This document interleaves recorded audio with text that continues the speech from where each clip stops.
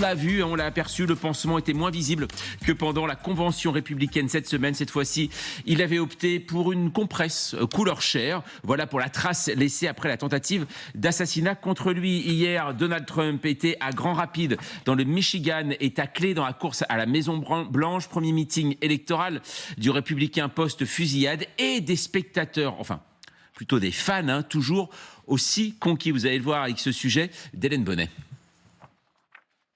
Tout ce que font les démocrates, ce sont des mensonges, de la désinformation. Et ils n'arrêtent pas de dire que je suis une menace pour la démocratie. Je leur réponds, vous savez ce que j'ai fait moi pour la démocratie? J'ai pris une balle pour la démocratie. Alors on va voir le sujet d'Hélène Bonnet dans un instant. Juste au départ, quand on entend cette phrase, en effet, de Donald Trump, Aurélien Duchesne, je suis le sauveur de la démocratie. Ça paraît étonnant, non? Il y a une double inversion rhétorique, parce que d'une part, l'angle d'attaque principal des démocrates envers Trump ces dernières semaines, c'est le fameux projet 2025 que mettrait en œuvre une administration Trump. Et ce projet 2025, ultra-conservateur, aurait pour conséquence un délitement de l'état de droit, voire une destruction par étapes de la démocratie américaine d'après démocrates. La deuxième chose, c'est évidemment le précédent du 6 janvier 2021, de la tentative d'annuler l'élection en marchant sur le Capitole. Et évidemment, Trump, dans le même discours, continue encore de dire que l'élection de 2020 a été volée par les démocrates, que lui l'a gagnée. Alors qu'en face, enfin, on se rappelle d'autres précédents, c'est que Trump, son discours de victoire en novembre 2016 était un discours avec des inclinaisons qui étaient presque à gauche, parfois très consensuelles. 24 heures après, il en était à nouveau attaqué les démocrates de manière extrême. Alors, ce qui est assez étonnant, Claude Blanche-Maison, c'est, on le voit, alors vous, en tant qu'ancien diplomate, Donald Trump se dit sauveur de la démocratie, et en même temps, hier soir, il a vanté sa relation avec, je cite, le brillant chinois Xi Jinping, qui contrôle 1,4 milliard de personnes d'une main de fer. C'est assez étonnant de se dire sauveur de la démocratie tout en vantant sa relation avec Xi Jinping. Oui, sur la démocratie, il a voulu tuer l'argument de la campagne électorale des démocrates. Il a dit j'ai pris une balle dans l'oreille pour la démocratie. C'est ça. Ouais. Donc ça, c'est l'argument clé. Silence dans les rangs, il n'y a plus rien à dire. Pour ce qui est de, effectivement, ce qu'il a dit sur Xi Jinping, c'est toujours l'argument je suis un grand leader, je suis reconnu comme un grand leader dans le monde, je fais le poids, et la preuve, je parle d'égal à égal avec tout le monde. Alors Xi Jinping aussi. Et effectivement, c'est le discrédit qu'il veut porter sur l'administration démocrate, alors qu'il avait dit pendant la convention qu'il ferait un discours plus consensuel. C'était sous le choc peut-être de l'attentat, mais il est revenu en fait à sa nature, c'est-à-dire qu'il s'est mis à discréditer à nouveau le président Trump, la vice-présidente Kamala Harris, le Parti démocrate dans son ensemble. Ce sont des incapables. Et ce sont des incapables qui sont tenus pour des incapables par les grands leaders du monde. Et que ce soit le chinois, que ce soit le russe, ou que ce soit les autres. Et c'était ça son argument.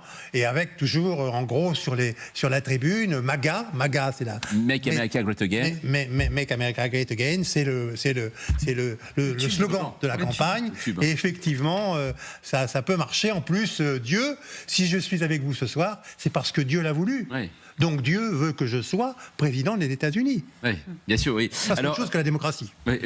Ulrich Bouna, quand on entend ça, donc il va jouer sur cette corde pendant un certain temps, peut-être même jusqu'à la fin de la campagne. En gros, j'ai cette mission, c'est de restaurer la démocratie, c'est de montrer, parce qu'il a continué pendant le discours de dire que tous les démocrates, donc le parti adverse, n'étaient pas justement démocrates, puisqu'il voulait enlever la candidature de Joe Biden qui avait gagné les primaires. Mais au final, en fait, il a toujours joué cette corde-là. En fait, c'est juste qu'effectivement, juste après l'attentat contre lui, il a laissé entendre, et ses soutiens ont laissé entendre qu'il allait se recentrer à avoir un discours moins clivant.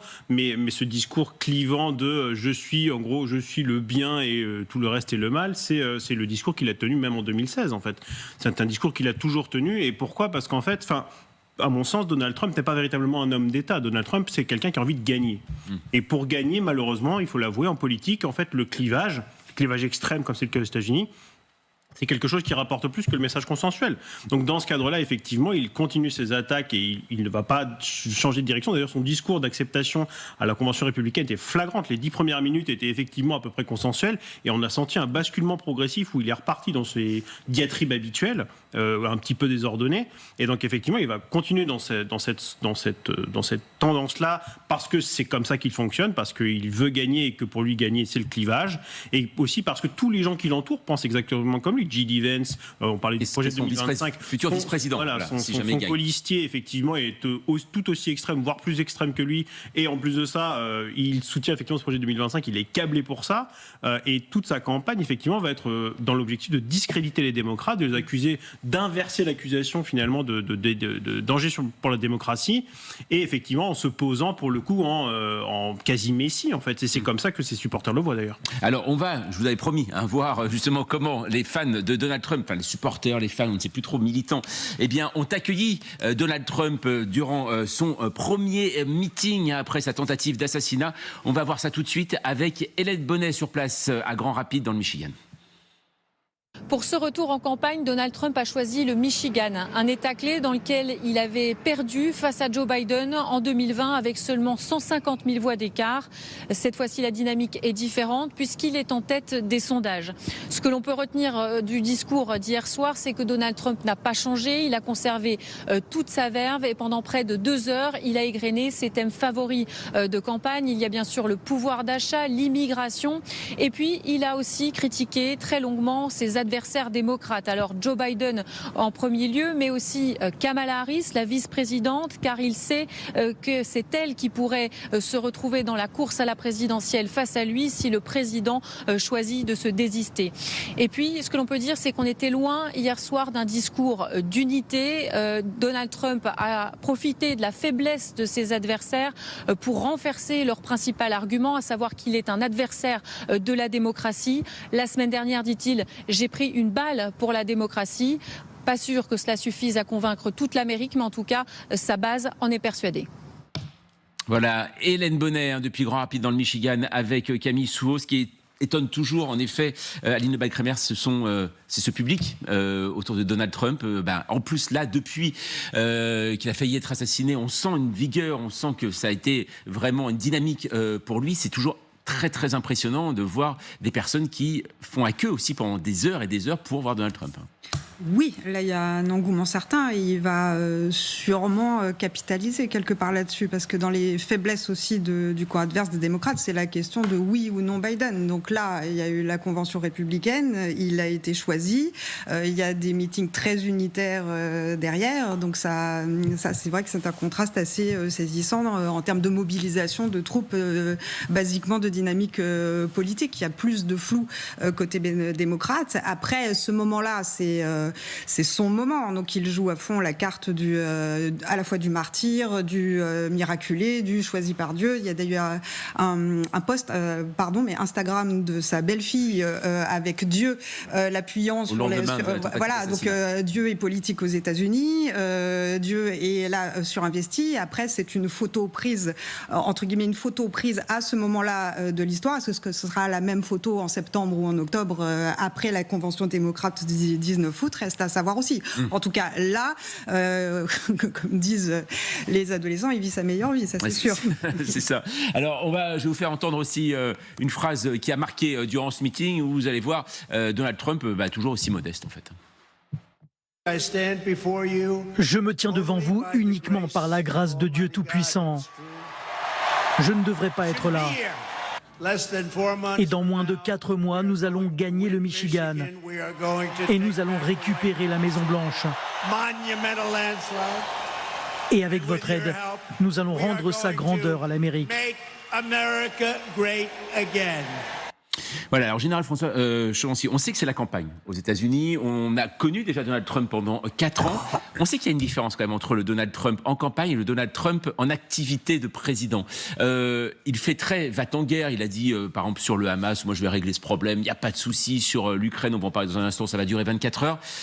Et en fait, on sent qu'il reste, comme vous l'avez dit, pour gagner. C'est un homme d'affaires. Et donc, ce n'est pas véritablement un guerrier aussi, Donald Trump. Surtout qu'il n'a pas fait de service militaire, il n'a aucune connaissance des armées, il faut quand même le rappeler. Sa connaissance militaire est un peu légère. Oui. En revanche, c'est vrai que c'est un businessman, il faut le reconnaître, il fait des affaires. Donc comme il fait des affaires, il va mettre un deal sur le plateau. Et c'est comme ça qu'il va essayer de changer la donne. Mais enfin, il a eu quelques mésaventures en tant que président, par exemple avec la Corée du Nord. Il ne faut quand même pas l'oublier. Donc finalement, il met ça sur le plateau. Maintenant, je vais revenir quand même à son discours très messianique, parce que c'est pas un très grand croyant, Donald Trump, si on ne l'oublie pas. Et qu'en fait, quel est son public ? Son public, c'est les évangélistes, en grande partie, qui sont derrière lui. On se souvient de l'image à la Maison-Blanche, au Bureau Ovale, entouré justement de pasteurs évangéliques en train de faire une prière. Donc il joue quand même sur un électorat, et effectivement il ne reste plus qu'à marcher sur l'eau et tout ira bien, parce qu'il est un peu dans cet esprit-là, mais il fait de la com, il fait des affaires. Est-ce que c'était quelqu'un qui fait de la géopolitique ? Il a montré pendant 4 ans aux affaires qu'il ne faisait pas vraiment de la géopolitique. En revanche, rien n'empêche de croire qu'il peut peut-être arriver à faire quelque chose dans les différentes négociations sur lesquelles il s'engage. Par contre, vous dites le mot va-t-en-guerre. Je ne suis pas convaincu qu'il soit un va-t-en-guerre, parce que pour l'instant son bilan militaire en tant qu'opération, à la différence des Américains d'habitude, il n'a pas fait beaucoup de guerres en 4 ans. Au contraire, à part l'élimination physique d'un dirigeant iranien, quand même considéré comme celui qui animait le terrorisme contre Israël et les États-Unis, c'est le seul moment où il a vraiment pris une décision, mais en la modérant en quelque sorte. Oui, il a tué quelqu'un, mais il n'y a pas eu d'effet militaire supplémentaire. Donc le va-t-en-guerre, non, on revient à la notion faire des affaires, mais il veut des résultats. Maintenant, est-ce qu'il est capable aujourd'hui de le faire ? Il a peut-être appris, depuis son dernier mandat, que peut-être il y avait des compromissions ou des compromis, je n'en sais rien, à faire, ça faut voir ce que ça donnera. Mais c'est très difficile, il est imprévisible, n'oublions pas. Claude Blanche-Maison, c'est vrai qu'on a vu tout de même là, Donald Trump davantage parler de l'étranger. C'est-à-dire que normalement, il était dans une posture isolationniste, même au niveau politique étrangère.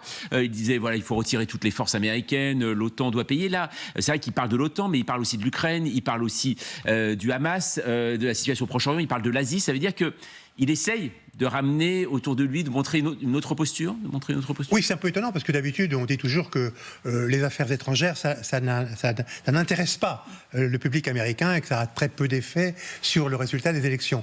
Là, on voit qu'il l'a introduit, mais dans un sens qui était de nature à flatter l'électorat, à flatter son électorat. C'est-à-dire, si les Européens veulent être défendus, ils n'ont qu'à payer. Et puis, ce que dit encore plus clairement que lui son futur vice-président Vance, la frontière mexicaine, c'est quand même plus important pour nous que la frontière entre l'Ukraine et la Russie. Bon, ça c'est très clair.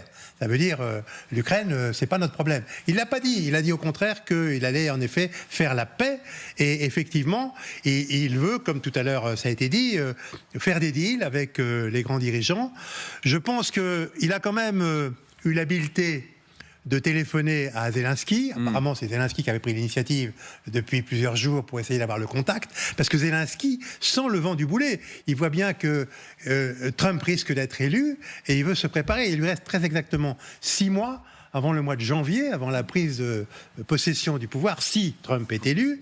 Il lui reste 6 mois pour faire de la pédagogie. Et dans ce que Zelensky a dit, l'entretien téléphonique a été courtois, mais il se rend bien compte, Zelensky, qu'il a tout à apprendre, à Trump et qu'il a à faire une énorme pédagogie. Et c'est pour ça que peut-être ils ont décidé d'avoir des contacts et de se revoir avant le mois de janvier prochain. Parce que pour Zelensky, c'est très très important. Mais Zelensky est un réaliste très très très malin et qui voit bien que l'évolution du monde actuellement. Trump veut aussi faire un deal avec Poutine, mais avec Poutine, il va tomber sur quelque chose de plus difficile parce que il connaît le Poutine d'avant. C'est-à-dire le Poutine qu'il a rencontré à Helsinki quand il était président, ou le Poutine d'encore avant, quand il voulait construire une Trump Power à Moscou, et qui faisait du business avec Poutine. Alors là, ils allaient ensemble au Bagna, c'était toute une autre histoire, effectivement. C'est plus le même Poutine aujourd'hui. Poutine, il fera pas de compromis business-like avec Trump. Et c'est là qu'il fait probablement une erreur d'appréciation. Une chose, vous vouliez réagir, Ulrich Bounin ? Non, peut-être juste en fait, pour dire que en fait, finalement, quand Donald Trump parle d'étrangers, c'est aussi beaucoup pour critiquer les démocrates. C'est pour regarder, depuis que Joe Biden est au pouvoir, il y a effectivement, alors c'est beaucoup plus compliqué que ça, mais il y a la guerre en Ukraine, il y a la guerre au Proche-Orient, et effectivement, pour le coup, c'est un message extrêmement simpliste. Mais qui n'a rien à voir avec Biden. Voilà, ça n'a absolument rien à voir avec Biden, mais pour le coup, c'est un message simpliste à l'attention, effectivement, d'un auditoire qui ne s'intéresse pas trop aux relations internationales, et qui dit, ah, ben c'est vrai, avant, il n'y avait pas la guerre, et maintenant, il y a la guerre. Donc, du coup, dans ce discours un petit peu simpliste, la guerre, pas la guerre, lui dit, avec moi, si je reviens au pouvoir, il n'y aura plus la guerre parce que je vais faire des deals. Et effectivement, pour le coup, en fait, là où ça, à mon sens, ne peut pas fonctionner, c'est qu'il se retrouve face à des gens qui n'ont pas envie de faire des deals. Ça avait été le cas avec la Corée du Nord, effectivement, Kim Jong-un. C'est le cas avec Vladimir Poutine. C'est le cas aussi avec Xi Jinping. Ces gens-là en fait, pour le coup, un corpus idéologique qui fait qu'en fait, ils sont pas juste là pour faire des deals. En fait, ils sont juste là. Ils sont aussi là pour maintenir leur pouvoir et partir dans une certaine direction. C'est ça qui rend, à mon sens, cette idée de deal maker assez invraisemblable au niveau international. Alors c'est vrai qu'on parle aussi un peu de l'Ukraine dans cette campagne, même si vous l'avez dit, c'est pas forcément au cœur de la campagne américaine, mais en fait c'est revenu sur le devant de la scène, notamment en raison du choix de vice-président choisi donc par Donald Trump, si jamais il arrivait de nouveau à la Maison-Blanche. Et cet homme, c'est J.D. Vance, il est sénateur de l'Ohio, c'est donc le colistier de Trump en cas de victoire. Il avait été notamment l'une des principales figures républicaines à s'opposer au renouvellement du paquet d'aide pour l'Ukraine de plus de 60 milliards de dollars, bloqué, vous vous en souvenez, pendant près de 6 mois au Congrès américain. Et c'est là où on a du mal un peu à comprendre aussi une chose, Aurélien Duchesne, c'est qu'il est là, J.D. Vance, en décalage avec Donald Trump et les échanges qu'il y a pu y avoir entre lui et Volodymyr Zelensky. Et notamment, quand on voit sur les réseaux sociaux chacun du président ukrainien ce qu'il a publié sur X et ce que Donald Trump a publié sur son propre réseau social, pour l'instant, on sent une entente entre les deux hommes, alors que J.D. Vance lui dit non, mais il faut absolument arrêter de financer l'Ukraine, quoi. Alors, J.D. Vance a souvent fait part d'une remarquable plasticité idéologique. On rappelle qu'en 2016, par exemple, il comparait Trump à Hitler. Il disait qu'il voterait plutôt Clinton que Trump, et puis après, il a dit mais j'ai jamais dit ça, ce sont les médias gauchistes qui racontent n'importe quoi. Bon, c'est quelqu'un qui est capable quand même de changer de conviction assez rapidement selon les sondages. Et on regarde aussi une chose, ce qui a présidé sans doute au choix de J.D. Vance, ce sont des États comme le Michigan, justement. Le Michigan, où aujourd'hui, c'est Trump qui domine tous les sondages, sauf quand c'est la gouverneure démocrate de l'État, Madame Whitmer, qui est testée. J.D. Vance est là pour mobiliser la base électorale trumpiste, les blue collars, comme on dit, des ouvriers, des employés, qui, dans des États comme le Michigan, qui pourraient basculer démocrates ou républicains. Si on en revient enfin à la position qui est celle de J.D. Vance, il incarne une chose qui est assez inquiétante, c'est que lui et d'autres sénateurs sont en rupture totale avec la précédente génération de sénateurs républicains, comme John McCain, qui eux étaient à fond sur une ligne plutôt néoconservatrice. Lui, au contraire, incarne cette nouvelle classe isolationniste qui survivra à Trump, même si Trump perd cette fois en novembre. Ça veut dire qu'on aura un courant isolationniste, messianique, mais qui veut que l'Amérique se départisse des affaires européennes pour des années. Mais Aïe Bakremer, est-ce que pour vous aujourd'hui, quand vous avez vu ce dialogue qu'il y a pu y avoir entre Donald Trump et Volodymyr Zelensky, est-ce que vous vous dites, même si Trump est réélu à la Maison-Blanche, en fait, l'aide va continuer. Il y a des postures politiques, on le sait. Et puis après, il y a le concret. C'est pas la configuration la plus sereine pour les Ukrainiens, mais les Ukrainiens ne baissent jamais les bras et ça a été dit d'ailleurs par Volodymyr Zelensky, s'il faut travailler avec l'administration Trump, ils travailleront avec l'administration Trump, sachant qu'il y a la question de Vance qui a en effet d'un point de vue strictement de conviction est tout à fait versatile parce qu'en effet il a retourné ses vestes plusieurs fois, et de rappeler que Mike Johnson qui est extrêmement pro-ukrainien maintenant qui est Mike Johnson. Pardon, l'ancien speaker de la Chambre, tout à fait, pour nos téléspectateurs, qui a longtemps été une des figures de proue de la ligne la plus dure des républicains anti-ukrainiennes et qui est extrêmement pro-ukrainien. On parlait des évangélistes tout à l'heure, il faut savoir que c'est la force aussi des Ukrainiens dans ce type d'équation, c'est qu'il y a des liens extrêmement forts entre les évangélistes qui sont quand même le gros des troupes des républicains et qui ont des liens extrêmement forts avec des églises ukrainiennes. Ce qui est au cœur d'ailleurs du renversement, si je puis le dire ainsi, de Mike Johnson dans l'équation. Donc les Ukrainiens finalement ne renonce pas à se dire d'une part que Vance peut changer d'idée, que Trump il sera peut-être possible de travailler avec lui, que le soutien de toute façon est bipartisan, donc ils sont en contact, ils cherchent à rentrer en contact avec les équipes de Trump, à travailler ensemble. Donc ça, d'un point de vue strictement ukrainien, encore une fois, c'est pas l'équation la plus sereine, mais c'est pas pour ça que tout est perdu et qu'ils arrêteront de se dire qu'il faut continuer d'obtenir de l'aide américaine, qui, je le rappelle, est quand même vitale pour... Bien sûr, c'est le premier, en effet. Général François Chauvency, est-ce que ça vous a étonné quand vous avez vu ça, même si vous avez dit il faut jamais être étonné par rapport à Donald Trump, mais il est vrai qu'on était sur un homme qui nous disait, moi, le conflit entre l'Ukraine et la Russie, je règle ça en 24 heures.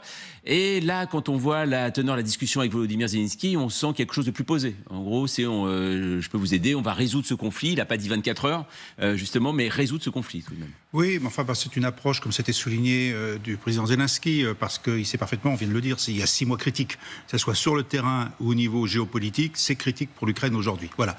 Donc, tisser des liens est essentiel. Maintenant, est-ce que ça va déboucher sur quelque chose ? Tout dépend de l'intérêt du président Trump dans cette affaire-là. Mais d'un autre côté, il sera aux affaires que dans 6 mois. Donc on est dans 6 mois où finalement, qu'est-ce que peut faire Trump à part faire des déclarations ? Pas grand-chose.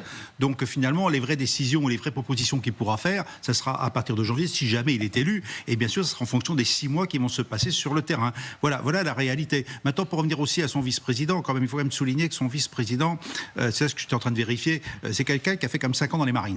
Oui. Il était officier, il était chargé de la communication en Irak. Il a fait 4 ans d'Irak quand même. C'est quelqu'un qui a une vision très pratique, je dirais, de la guerre. Et peut-être qu'il aura une influence indirecte sur Trump, justement pour ne pas soutenir l'Ukraine, comme ça a été souligné tout à l'heure, pour une raison très simple, c'est qu'il sait ce que c'est que la guerre.